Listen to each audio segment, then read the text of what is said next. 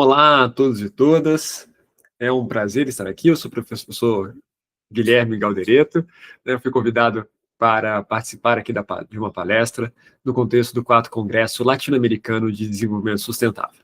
O tema da minha palestra será a Transição Energética Agenda 2030, uma pequena discussão e análise sobre tendências, políticas e impactos.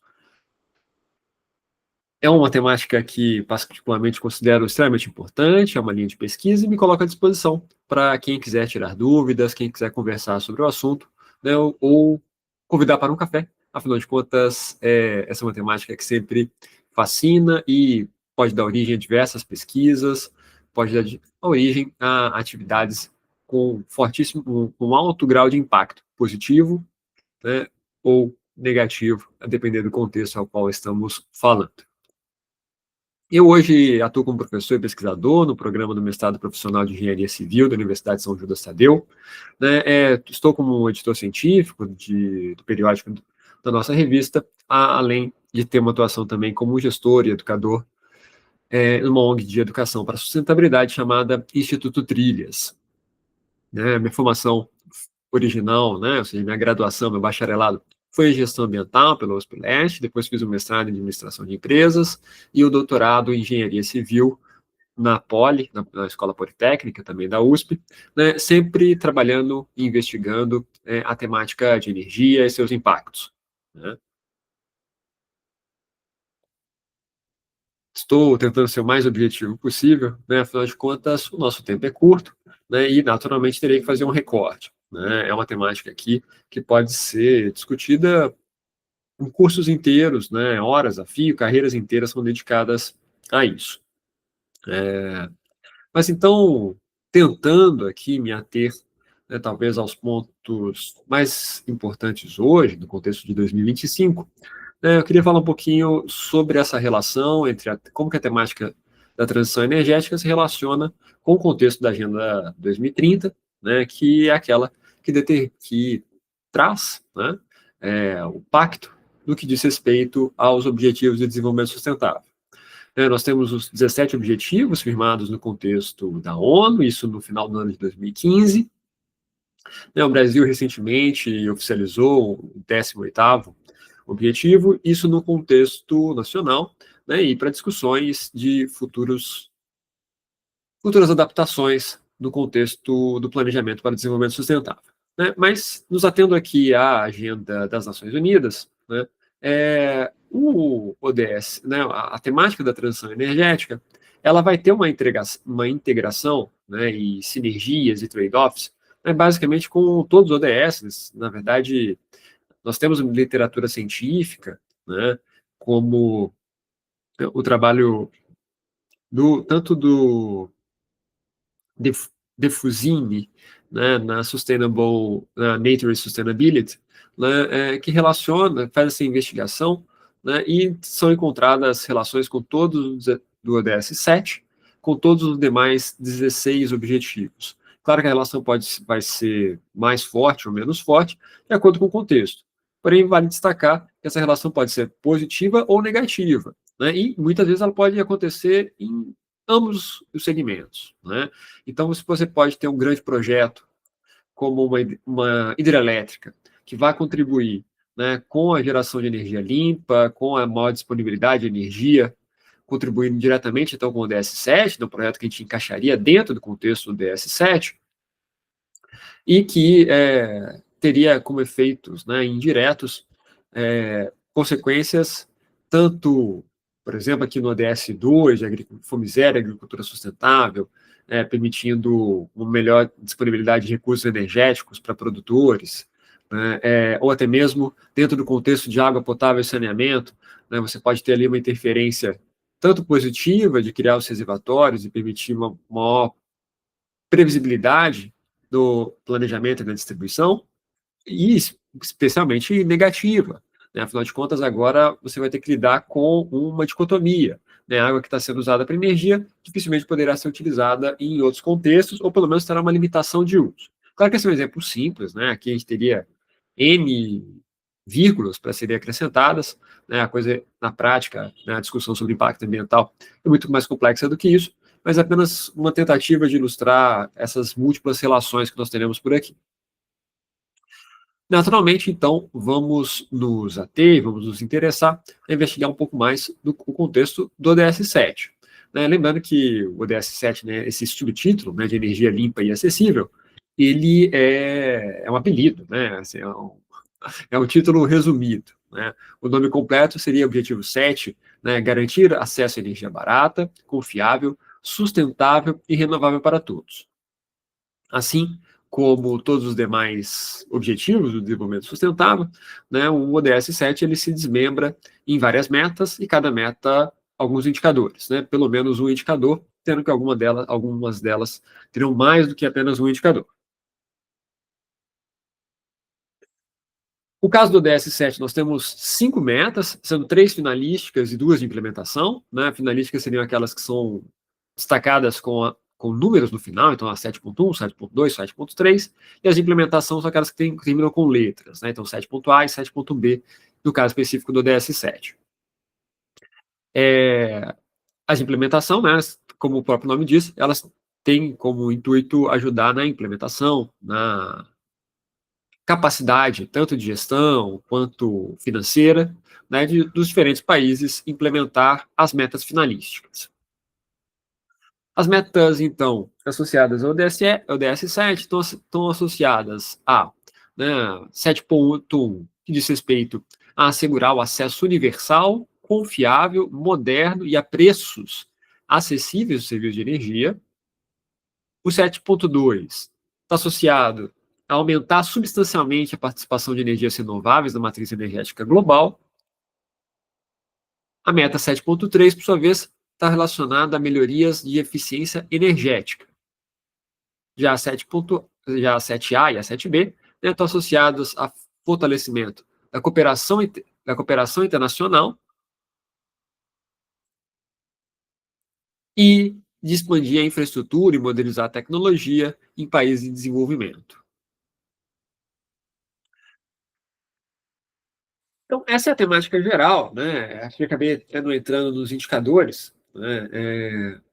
Até porque esses indicadores, eles podem variar de país para país, porque os serviços de controle, né, de monitoramento de dados, né, são diferentes, nem todo país vai ter, por exemplo, uma agência especializada, né, na geração desses dados, como é o caso do IBGE ou IPEA, e outras organizações no contexto brasileiro, instituições no contexto brasileiro, mas a ONU, ela, anualmente, né, ela publica um relatório sobre a situação de cada um dos objetivos e cada uma das suas metas num contexto global, tentando gerar uma padronização, né, dentro desses relatórios, lembrando também que dentro da agenda de cada um dos países, você é esperado, né, que você tenha algum nível de adaptação no contexto das metas, né, dos números específicos que estão sendo monitorados. E destacando ainda, né, uma temática fundamental da Agenda 2030, que é a questão da integração de todos os países. Né? A Agenda 2030 ela traz por definição que se todos os países não atendem, se algum país, melhor dizendo, se algum país não atender os objetivos, 17 objetivos em 2030, significa que a agenda como um todo não foi completa. Né? Ou seja, é o princípio de não deixar ninguém para trás. Né? Ou seja, o princípio de implementação ele é local e global. Né? Então, os países têm que estar preocupados tanto com atender as suas metas internamente, quanto contribuir com os demais em que estes possam atender os seus respectivos indicadores almejados. Bom, então, adentrando um pouquinho dentro do contexto dos relatórios, né, destacar aqui, né, que a nossa situação ainda é extremamente problemática. Né? Nós podemos ver aqui pelos gráficos, né, são gráficos retirados diretamente do relatório, aqui oficial, publicado no contexto das Nações Unidas, que dentro das metas, né, apenas 18% são consideradas na num ritmo de progressão adequado. Né? Ou seja, não significa que a gente já atendeu aquelas metas, mas que no ritmo atual, né, a tendência é que nós conseguiremos atendê-las. Em amarelo, né? Aqui nesse amarelo mais escuro, né? Nós temos assim progressos moderados, mas que estão abaixo do ritmo necessário. O amarelo mais claro, né? Uma melhora marginal. Lembrando que todos esses já são considerados fora do ritmo, né? No ritmo atual, a gente não atenderia. Ou seja, tá, considerando todas as metas, em apenas 18% estamos, no nosso ritmo atual, a gente vai atender.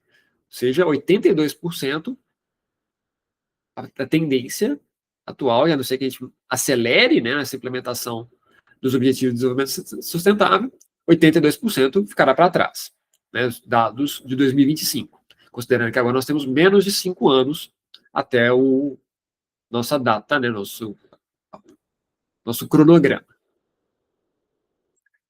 E o ponto mais preocupante ainda é que 17% das metas estão consideradas estagnadas e 18% em retrocesso. Em retrocesso, né? Então, 18% das metas nós tivemos um retrocesso em relação ao passado. Pegando aqui os dados específicos do ODS 7, nós vemos então que dentro do ODS 7, né, nós temos as metas finalísticas, as três, né, fora do ritmo esperado, né, tivemos avanços moderados no que diz respeito ao acesso à energia limpa e ao acesso à participação de energias renováveis. Tivemos melhoras marginais em questões de eficiência energética, e no ritmo atual, tanto a parte de cooperação internacional quanto de investimento em energia de infraestrutura, aparentemente seria o suficiente. Mas vale destacar um ponto importante, que existe uma certa complexidade, né, em monitorar os dados ODS. Quando a gente entra no site ODS Brasil, que é o que traz os indicadores oficiais adotados pelo Estado brasileiro, né, para o seu monitoramento, a gente vê que, entrando no DS7 ou em outros indicadores, né, os dados eles podem divergir bastante em qualidade. Né? Então, nós temos alguns dados que são de 2014, nós temos dados que são mais recentes, mas que a amostra é uma amostra muito baixa. E por que eu estou falando isso? Assim, para destacar que existe uma complexidade muito grande de monitorar, né, o quanto estamos evoluindo, tanto no âmbito nacional e uma complexidade ainda maior que a gente considera numa perspectiva internacional. Não, e considerando toda a importância do tema, né, não é estranho se imaginar que existam uma série de outros relatórios, outras agências, né, que investiguem essa temática e têm dados ligeiramente diferentes.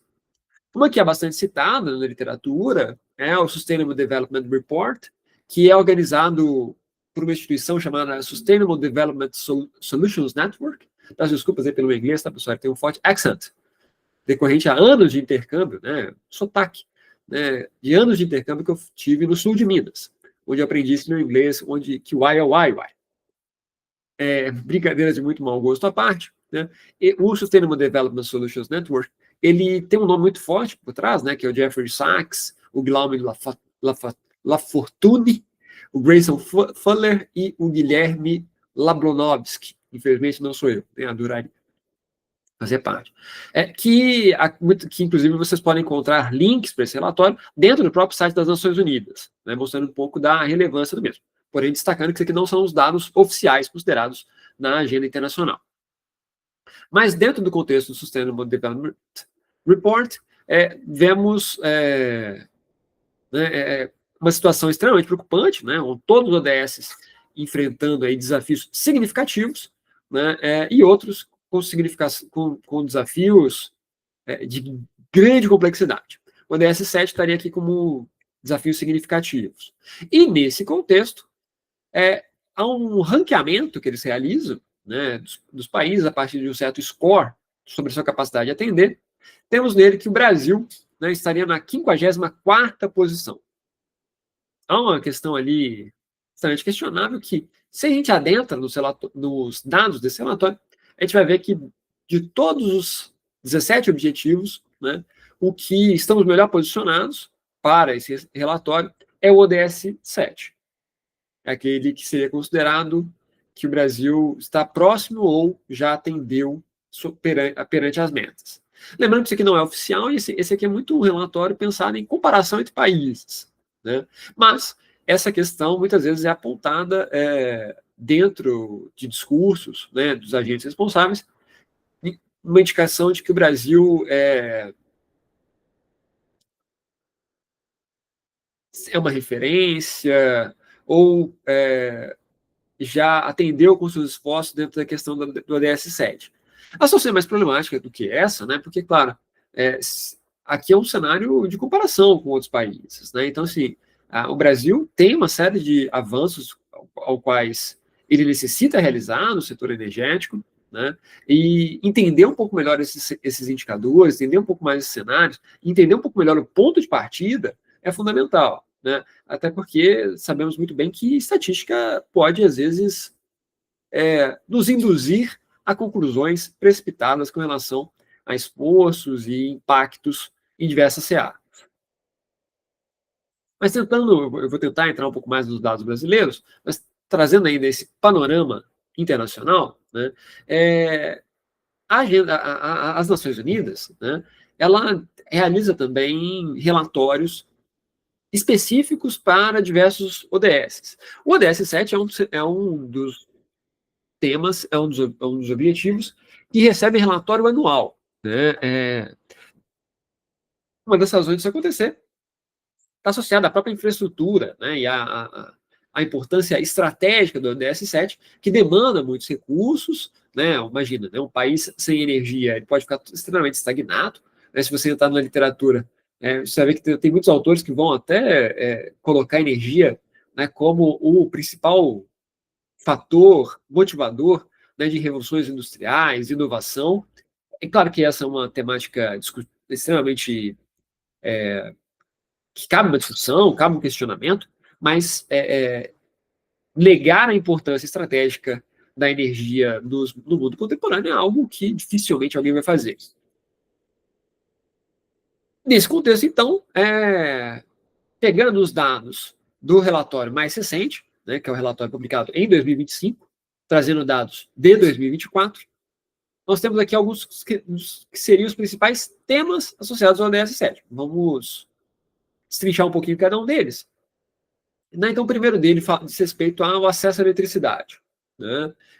92% da população mundial hoje tem acesso, o que significa que 8% da população mundial ainda não conseguiu atender, né, ainda não tem um acesso confiável, estável de energia. No caso, energia elétrica. Né? Esse é um ponto importante, porque a gente vai ver que tem muita confusão quando a gente fala sobre o que é energia e o que é energia elétrica. Mas, adentrando um pouquinho mais nos dados do relatório, né, e as imagens que eu trago aqui são todas imagens do próprio relatório, tá? Então, convido vocês a acessarem o relatório. Ele tem um resumo executivo, né, de muito, muito fácil acesso, né? Mas a gente encontra que no ano de 2024, né, nós tivemos uma certa estagnação no desenvolvimento da expansão de energia elétrica.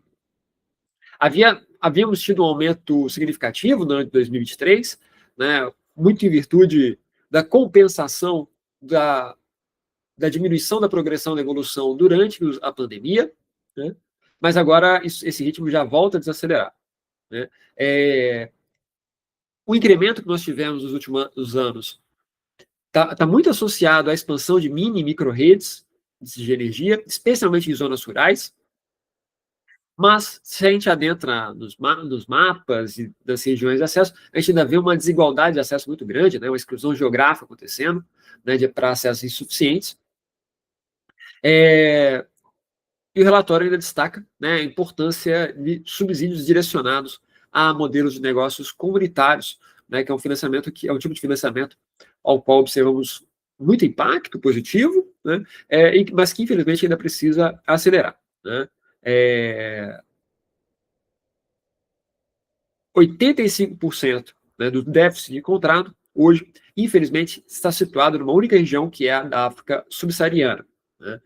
Se a gente adentra, a gente vê que no contexto brasileiro, essa é uma temática que nós temos ali cerca de 99%, né, do atendimento, mas que esse 1% final vem contando uma série de barreiras já faz muitos anos que a gente tenta melhorar esse indicador e estamos conseguindo, né? Esse indicador ele vem melhorando um pouco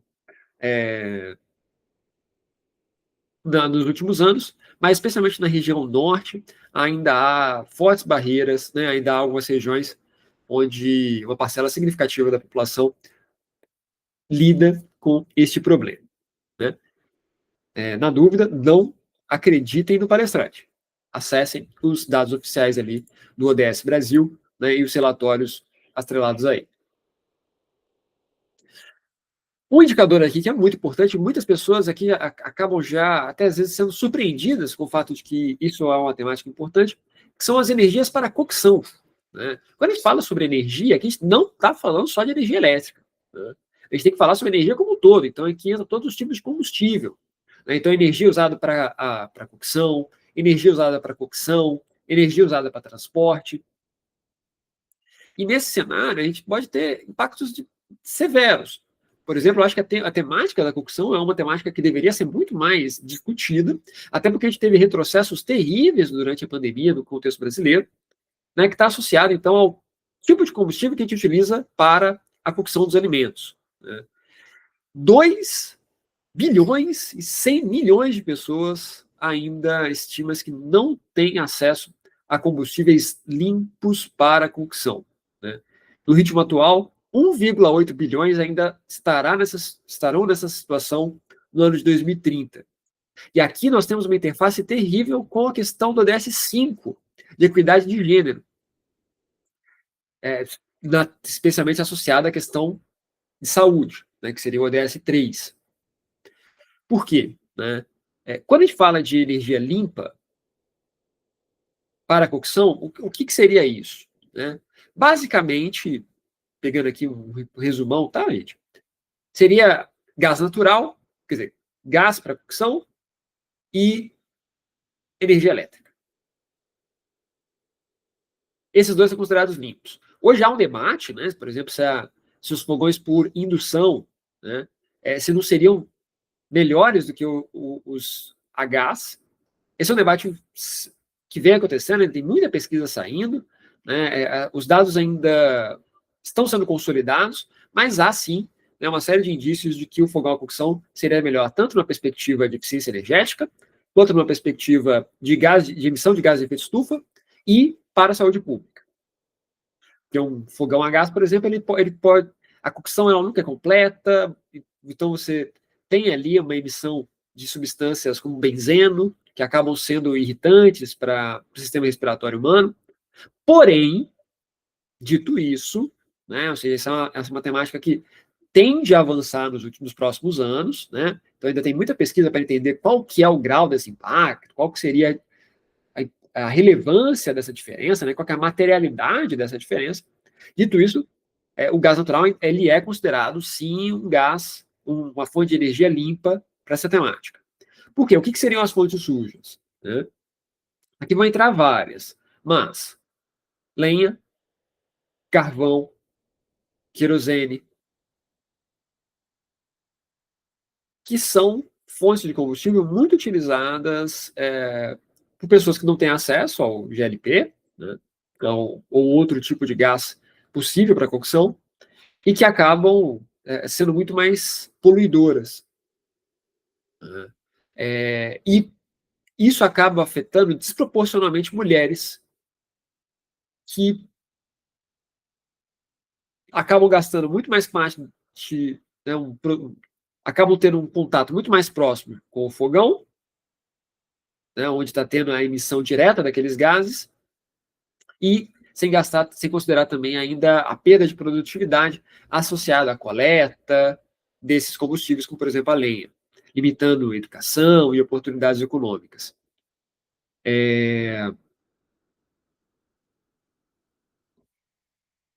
Os dados eles vão variar um pouco, né? Mas, por exemplo, estima-se que uma pessoa que utilize uma fonte suja para cocção, né, num ambiente fechado, né, ou seja, uma residência, por exemplo, tenha uma perda de expectativa de vida por conta deste poluente de aproximadamente 20 anos. Então, a gente está falando assim, de um impacto absurdo. Talvez algumas pessoas devem estar estranhando, poxa, mas eu gosto tanto de uma fogão a lenha, de comida mineira, um churrasquinho no final de semana. Pessoal, então, essas são atividades que sim podem gerar um impacto, podem gerar um impacto para a saúde, mas é importante a gente também separar o contexto, né? Destacar que a gente não tá, aqui, nesses dois exemplos, a gente está falando de pontos pontuais, né? O grande impacto aqui está associado àquelas pessoas que todos os dias têm, né, utilizam esse tipo de combustível para cocção, e esse problema é multiplicado N vezes se essa fonte de cocção está em um local fechado. Então, a diferença está no lugar aberto, né, utilizando esse tipo de combustível no final de semana. Mas esse é um problema observado, por exemplo, com trabalhadores da área de alimentação, que trabalham com esse tipo de alimento em locais fechados todos os dias, né? E, né, infelizmente, a gente vê no Brasil, né, viu no Brasil durante a pandemia, muitas pessoas tendo que utilizar querosene, carvão, até mesmo queima de plástico para a cocção, para a obtenção de calor, para a cocção dos seus alimentos nos últimos anos.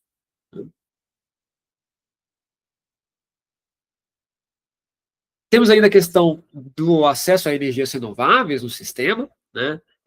Tivemos aí uma participação que aumentou nos últimos anos, né? Hoje nós temos aí cerca de 17,9% do consumo final oriundos de energia renovável, e se a gente for considerar só energia elétrica, 30%.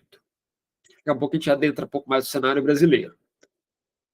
E no que diz respeito ao financiamento e ao investimento em infraestrutura, a gente vê que 19 países receberam 80% dos fluxos internacionais de energia limpa, sendo que a África subsaariana, que é aquela região mais carente nesse sentido, recebeu apenas 10%, mostrando que ainda há uma desigualdade nesse acesso. Ou seja, apesar dos dados da ONU considerarem que estamos avançando, né, nesse cenário, se a gente adentra com relação à equidade de países que estão recebendo, estão tendo acesso a esses recursos, a gente ainda vê uma problemática muito grande, né? Então, assim, há uma série de trabalhos, né, que precisam ser feitos e pesquisas que precisam ser realizadas para entender melhor um pouco desse fluxo de recursos, para tanto financeiros quanto de infraestrutura, do que diz respeito ao ODS 7. Falando um pouquinho do contexto brasileiro, né, é importante a gente entender um pouco o cenário da nossa matriz energética nacional. Dentro desse contexto, a gente tem uma referência aqui que não tem como escapar, né? 11 a cada 10 pessoas que vão falar sobre o assunto vão utilizar o Balanço Energético Nacional como referência. Afinal de contas, é um dado oficial, é um dado de altíssima qualidade e que todos os anos são gerados, trazendo um pouquinho sobre a oferta, o consumo, o contexto geral de energia do Brasil. Trazendo os dados, então, do Balanço Energético de 2025, né, que trazem dados de 2024, por isso que está o 2024 aqui no slide, nós tivemos um fato quase histórico. Eu até, na minha opinião, né, até foi uma notícia que deu pouca repercussão, mas que foi o fato de que o Brasil conseguiu empatar. Tecnicamente, a gente até conseguiu mais energia renovável do que não renovável. Se a gente entrar nas vírgulas aqui, se não me falha a memória, foi cerca de energia renovável 50,02% e energia não renovável 49,98%. Né? Mas repare, né, que este cenário, né, é um cenário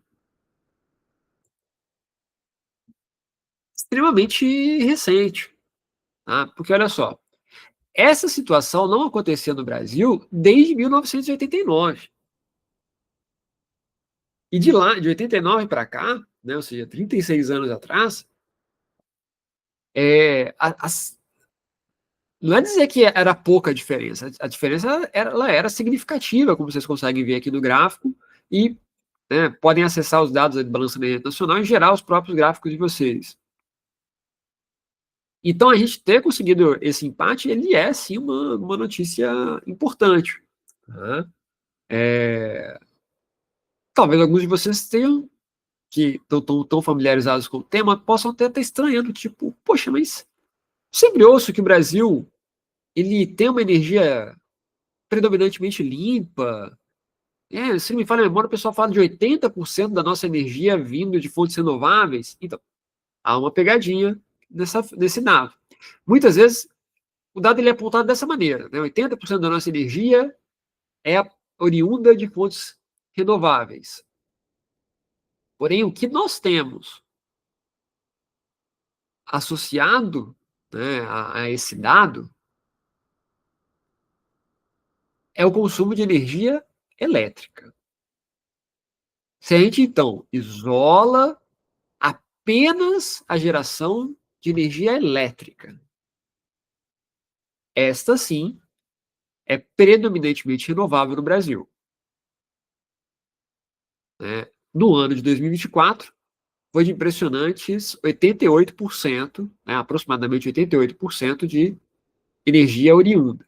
Esse dado ele oscila, né, tanto pelas fontes intermitentes, quanto pelo regime de chuvas no Brasil, né, que podem fazer com que o operador nacional do sistema despache mais energia oriunda de termoelétricas. 2024 foi um ano muito bom para geração de energias renováveis. Mas reparem, estão destacando que esse dado ignora, né, todas as outras fontes energéticas, de transporte, para calor, muito usado na indústria, para cocção. Quando a gente considera o cenário todo, o Brasil, não é errado de falar que o Brasil ele ainda consome mais energia não renovável do que renovável. Apesar de em 2024 isso ter virado. Veremos aí os dados de 2025 para ver se essa é uma tendência ou se é uma.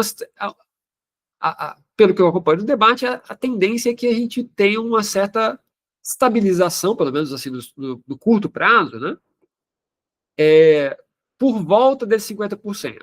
Né? Às vezes a energia renovável tendo um pouco mais, às vezes a energia não renovável tendo um pouco, superando. Veremos, né, quais são as tendências para os próximos anos. Mas ainda tem um ponto peculiar, cara, que se a gente olha toda a produção de energia brasileira, a gente vê que a gente ainda produz muito mais energia não renovável do que renovável. Você talvez esteja estranhando, mas como assim, né? Aonde que está essa produção de energia? Para onde vai essa energia excedente? Se quando a gente fala aqui da oferta interna de energia, ficou meio a meio. Isso acontece porque hoje o Brasil é um exportador de energia, né? Especialmente aí com petróleo e seus derivados. Então, se a gente considera toda a energia que o Brasil produziu no ano de 2025, a gente ainda tem, né, uma produção significativamente maior de fontes não renováveis do que renováveis. Se a gente tenta, então, esmiuçar um pouco mais esses dados, né, que a gente vê o tipo de geração, a gente vê que, quando a gente olha por fonte de energia, o petróleo ainda é, de longe, disparado, né, com 34%, a principal fonte energética brasileira. Então, a gente ainda tem muito o que transicionar no que diz respeito à energia. Se olharmos, né, no contexto da matriz elétrica, né, a gente vê que a maior parte da energia elétrica brasileira vem de hidrelétricas.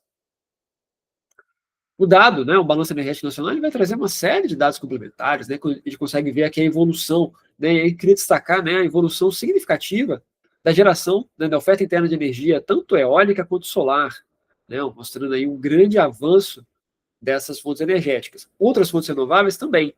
Quais que seriam essas outras fontes fontes renováveis, né, que cresceram tanto? A gente tem o biodiesel, a gente tem o etanol, a gente tem o licor preto. O licor preto é um tipo de biomassa florestal, né, que é um subproduto líquido do processo de fabricação de celulose. Né? E eles têm um poder calorífico muito elevado, né? E hoje há uma série de sistemas de cogeração nas indústrias de celulose que já tornaram essa indústria, a geração de energia que essa indústria tem hoje é maior do que o que ela consome, pelo menos com os dados de 2025. Né? Essa energia ela é queimada, né? Esse licor preto ele já era tradicionalmente queimado para recuperação de ativos, e aí durante essa queima se produz energia do cenário hoje. Né? Você pode falar do biodiesel, né, que a gente teve um crescimento significativo nos últimos anos, né, especialmente por conta do biodiesel de soja, além, é claro, do etanol, né, das marcas aí da Política Nacional Energética Brasileira, né, e destacando aí o crescimento do etanol de milho, né, nos últimos anos, isso muito associado à entre-safra da soja. Né? Alguns produtores, né, em algumas regiões, perceberam ali que o milho ele entra como um potencial interessante, porque você consegue produzir na entre-safra da soja e utilizá-la para a produção de etanol.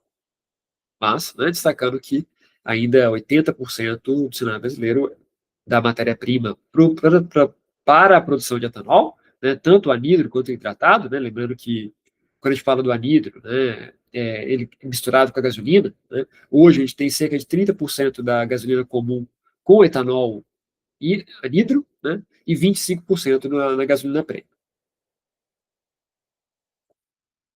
Quando a gente vai analisar a outra ponta, né, de quem consome energia do Brasil, vemos que o principal, né, quem mais bebe de energia, usando o jargão, né, é o setor de transportes. Né? Então, com gasolina, querosene, diesel, cerca de 33% do consumo de energia vai estar no setor de transporte, 31% com a indústria, residência 10%. Né? E a gente vê que dentro desse consumo de energia, analisando o consumo residencial, a gente vê que cerca de 50% do consumo de energia residencial está associado ao consumo de energia elétrica, mas que temos ainda uma parcela significativa dessa energia sendo suprida por lenha, e aí volta o debate sobre a questão da cocção limpa, né, e o GLP.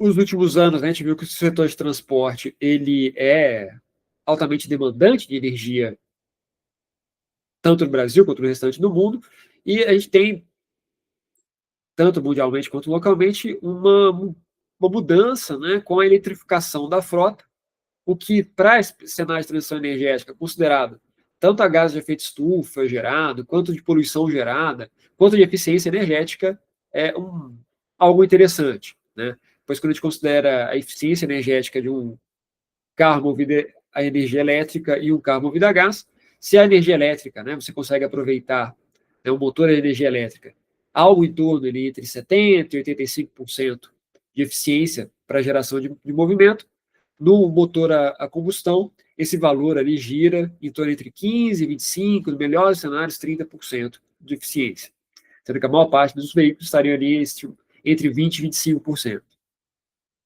Então, isso seria um cenário positivo, porém, né, vamos deixar claro, né, que aqui a gente está falando de, como tudo, na área ambiental, né, na área socioambiental, um cenário complexo. Né? A gente tem trade-offs, né, impactos positivos, impactos negativos, e quando a gente fala de uma escolha como essa, né, é extremamente complexa, desde questões sociais, quanto a questão da produção, né, dos impactos do ciclo da cadeia de vida. Né?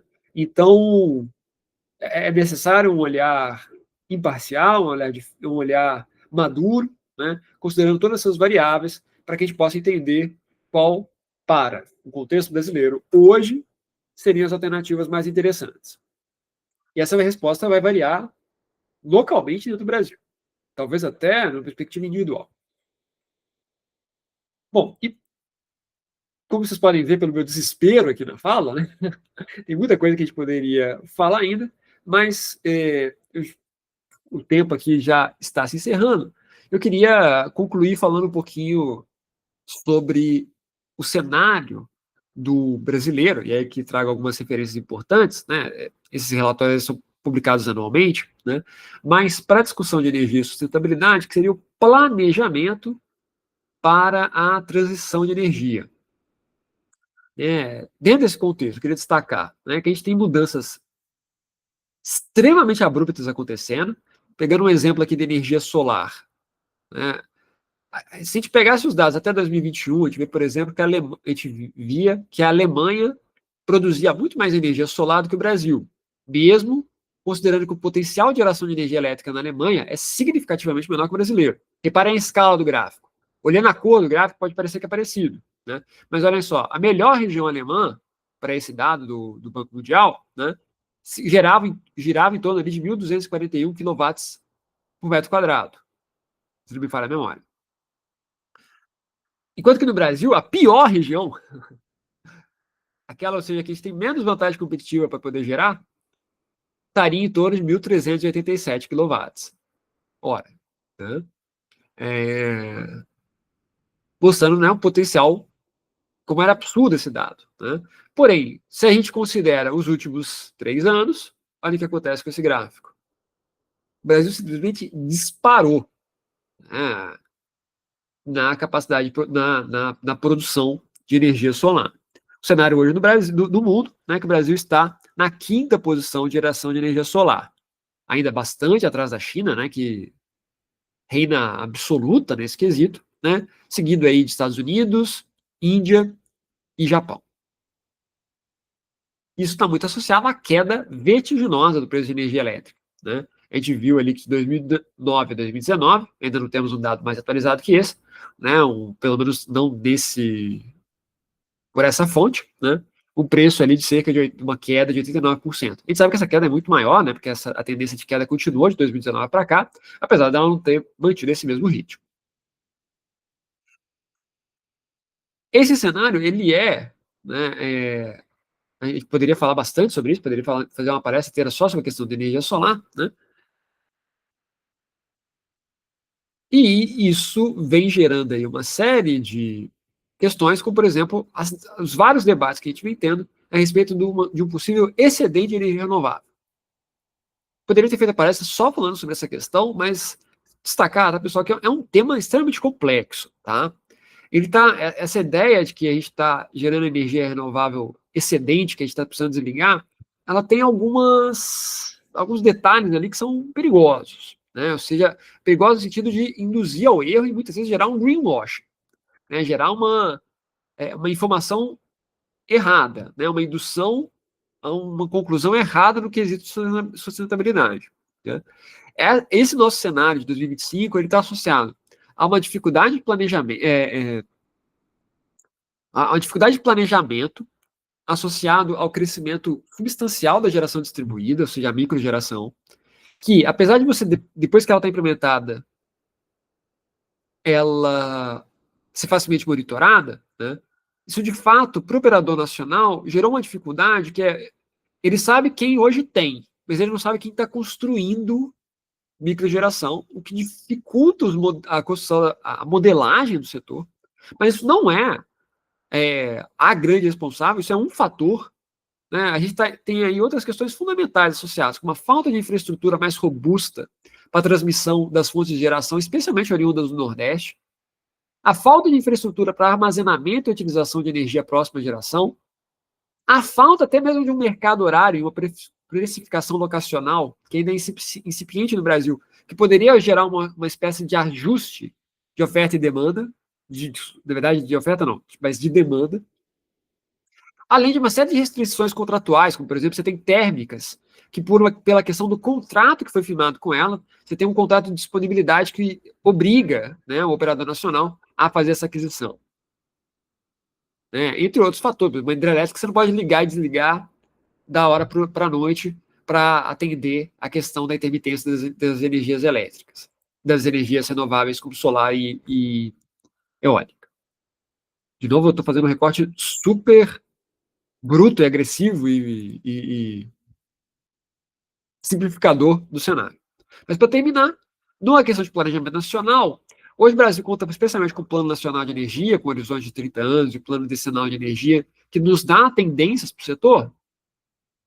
Mas, recentemente, em 2024, né, foi aprovada a Política Nacional de Transição Energética, que ainda é bastante geral, abrangente, tá muito, assim, meio que pequenos nortes para o setor, mas ainda estamos carentes, né? Está sendo em discussão a elaboração do Plano Nacional para a Transição Energética, que seria o que daria um detalhamento melhor para essa temática no contexto brasileiro. Muito obrigado, e tenho aí um bom evento. Fico à disposição. Tchau, tchau.